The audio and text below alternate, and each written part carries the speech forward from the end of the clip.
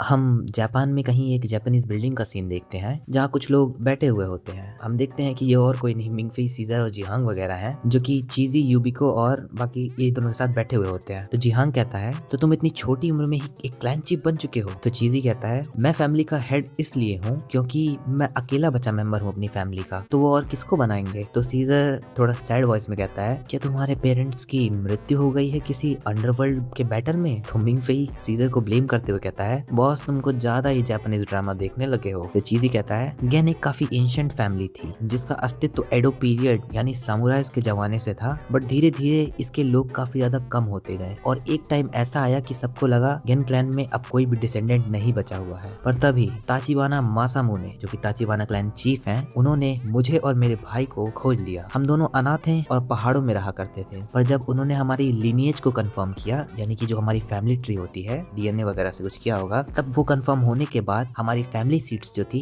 उन्हें रिस्टोर कर दिया गया। तो सीजर कहता है तुमने कहा तुम्हारा एक भाई भी था। तो चीजी चाय पीते हुए कहता है अभी तक तो वो मर चुका होगा। तो जिहांग अपने मन में सोचता है क्या सच में यही बात है। तो चीजी कहता है अपनी फैमिली में अकेला होने के कारण मुझे लगता है कि मैं लोनसम जॉर्ज की तरह हूँ। बाय द वे क्या तुम लोग लोनसम जॉर्ज को जानते हो। तो जिहांग कहता है कुछ लोग कहते हैं कि वो दुनिया का सबसे अकेला प्राणी है। तभी मिंगफे कहता है ब्रदर तुम सच में बहुत ज्यादा जानते हो, ये वैसे लिए लोनसम जॉर्ज है कौन। तो जियांग एक्सप्लेन करता है, मतलब थोड़ा डम तरीके से एक्सप्लेन करता है कि सबसे बड़ा टॉर्टोइस जो एक्सटिंक्ट होने की कगार पे है और दुनिया में उसकी प्रजाति का सिर्फ एक ही टॉर्टोइस है और वो भी मेल है। साइंटिस्ट ने उसके लिए कई सारी फीमेल्स टॉर्टोइस को अरेंज किया बट वो उनको इग्नोर कर देता है। तो चीजी कहता है शायद लोनसम जॉर्ज के लिए सबसे इम्पोर्टेंट चीज है उस नेशनल पार्क से निकलना और कीचड़ के तालाब में जाके लोटपोट होना। फिर चीजर कहता है तो क्या तुम अंडरवर्ल्ड को छोड़ के माउंटेन्स पर जाना चाहते हो, क्योंकि तुमने अभी बताया कि लोनसम जॉर्ज के लिए है और फिर तुम लोनसम जॉर्ज की तरह हो। तो चीजी कहता है मेरा भी एक सपना है, मैं फ्रांस की एक नंगी बीच पर जाके कन्याओं को सनस्क्रीन लगाना चाहता हूँ। क्या सपना है भाई। तो जिहांग शौक में कहता है ये सच में कुछ ज्यादा ही बड़ा करियर स्विच नहीं है। तो सीजर कहता है तो तुम जाते क्यों नहीं। सीजर एकदम खुश होके कहता है अगर तुम अभी प्लेन में बैठो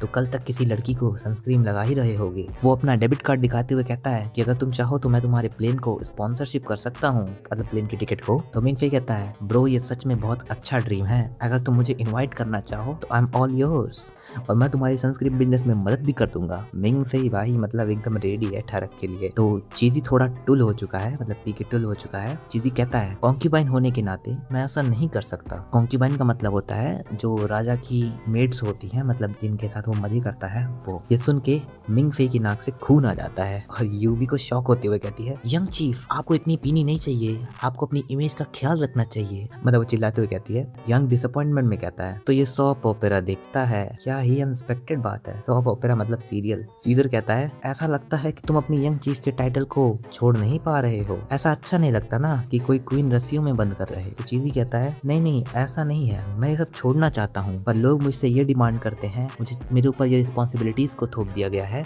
कि मैं अपने ऑफस्प्रिंग्स को इस दुनिया में लाऊं। तो मिंगफे कहता है ब्रो तुम ये फ्रांस में भी बच्चा पैदा कर सकते हो और वो सबसे बेहतरीन जगह होगी तुम जैसे लोगों के लिए, एकदम पैराडाइज की तरह। तो यूबी को मिंगफे पर चिल्लाते हुए कहती है यंग चीफ का वो मतलब नहीं है। तो चीजी कहता है ऐसा लगता है कि तुम समझ नहीं पाए कि मैं क्या कहना चाहता हूँ। मेरे कहने का मतलब ये है कि मेरा जापान में कुछ ज्यादा ही इन्फ्लुएंस है, मैं तब तक आजाद नहीं हो सकता जब तक मैं माओ किशुन को खत्म न कर दूं। तो सीजर कहता है ये माओ किशुन क्या है। तो मिंगफे कहता है ये बहुत ही माइटी नेम है ब्रदर, जिसका मतलब होता है खतरनाक डीमंस। तो चीजी कहता है माओ किशुन सी तो ओरोचीज का कर्स है। चीजी वही सब एक्सप्लेन करता है कि माओ किशुन जो है वो हमारे प्लान्स को खराब कर देते हैं और हमसे पहले पहुंच के हमारी चीजों को सब बिगाड़ देते हैं। और मिंगफी जिहांग के पीछे छुपते हुए कहता है कि क्या वो ओनी असली के डीमंस हैं और क्या टोक्यो उतनी ही भयानक दिखती है जितना उसको टीवी सीरियल्स में दिखाया जाता है। तो चीजी कहता है नहीं असल में वो ओनी हमारी तरह ही हाइब्रिड्स हैं, पर क्या है ना जिसके अंदर जितना ज्यादा परसेंटेज ऑफ ड्रैगन ब्लड होगा कंट्रोल लूज करने का चांस उतना ज्यादा ही बढ़ जाता है। और जैसे ही मिंगफी कहता है कि इसका मतलब तुम भी एक ओनी हो, ओनी बोलते ही सीजर उसका मुंह पकड़ लेता है। तो चीजी सुन नहीं पाता, वो कहता है क्या हुआ तुम क्या कह रहे थे। तो सीजर कहता है क्या तुम बेवकूफ हो,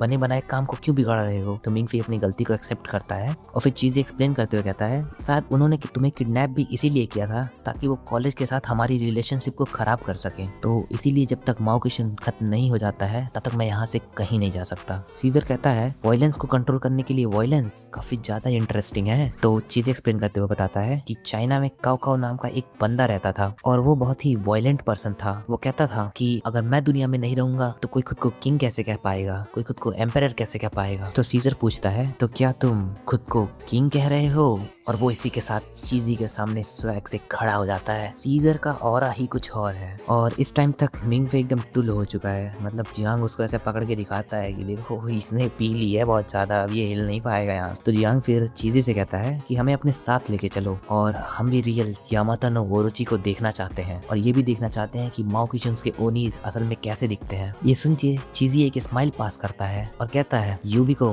खास मेहमानों के लिए यूनिफॉर्म्स को तैयार करो और लाइसेंस डिपार्टमेंट में शिंजुकू के टिकट्स ले लो। तो यूबी को कहती है young chief, Shinjuku crow club और फायर हॉल ग्रुप के लगभग 100 लोग इकट्ठा होते हैं वहाँ पे, हम इनकी सेफ्टी का गारंटी नहीं ले सकते उस जगह पे। तो चीजी सीजर की तरफ इशारा करते हुए कहता है वेल कमिश्नर रियल हाइब्रिड्स को देखना चाहते हैं, क्यों क्या ऐसा नहीं है? तो सीजर कहता है जबकि हम सीक्रेट पार्टी के तुर्क केक के हैं, तो क्या तुम्हें ऐसा लगता है कि हम कुछ सड़प छाक लकड़बग्घों से डर जाएंगे? और इसी के साथ हम एक बैंगर पैनल देखते हैं जहाँ ये सब निकल रहे होते हैं, मतलब वहाँ पे जाने के लिए। हम बारिश में एक रेड कार को देखते हैं जो कि फुल स्पीड में ओवरटेक करते हुए जा रही होती है। ये चीजी की कार है जिसको यूबी को ड्राइव कर रही है। सीजर कहता है वाओ तुम्हारी असिस्टेंट कुछ ज्यादा ही ऑसम है, मुझे वो लड़कियां बहुत ज्यादा पसंद है जो गाड़ी बहुत तेज चलाती हैं। पीछे मिंग फे को चक्कर आ रही होती हैं। मिंग फे जियांग से कहता है मुझे उल्टी आ रही है भाई, मुझे उल्टी आ रही है। तो जियांग कहता है इधर नहीं उधर करो, सीजर की तरफ।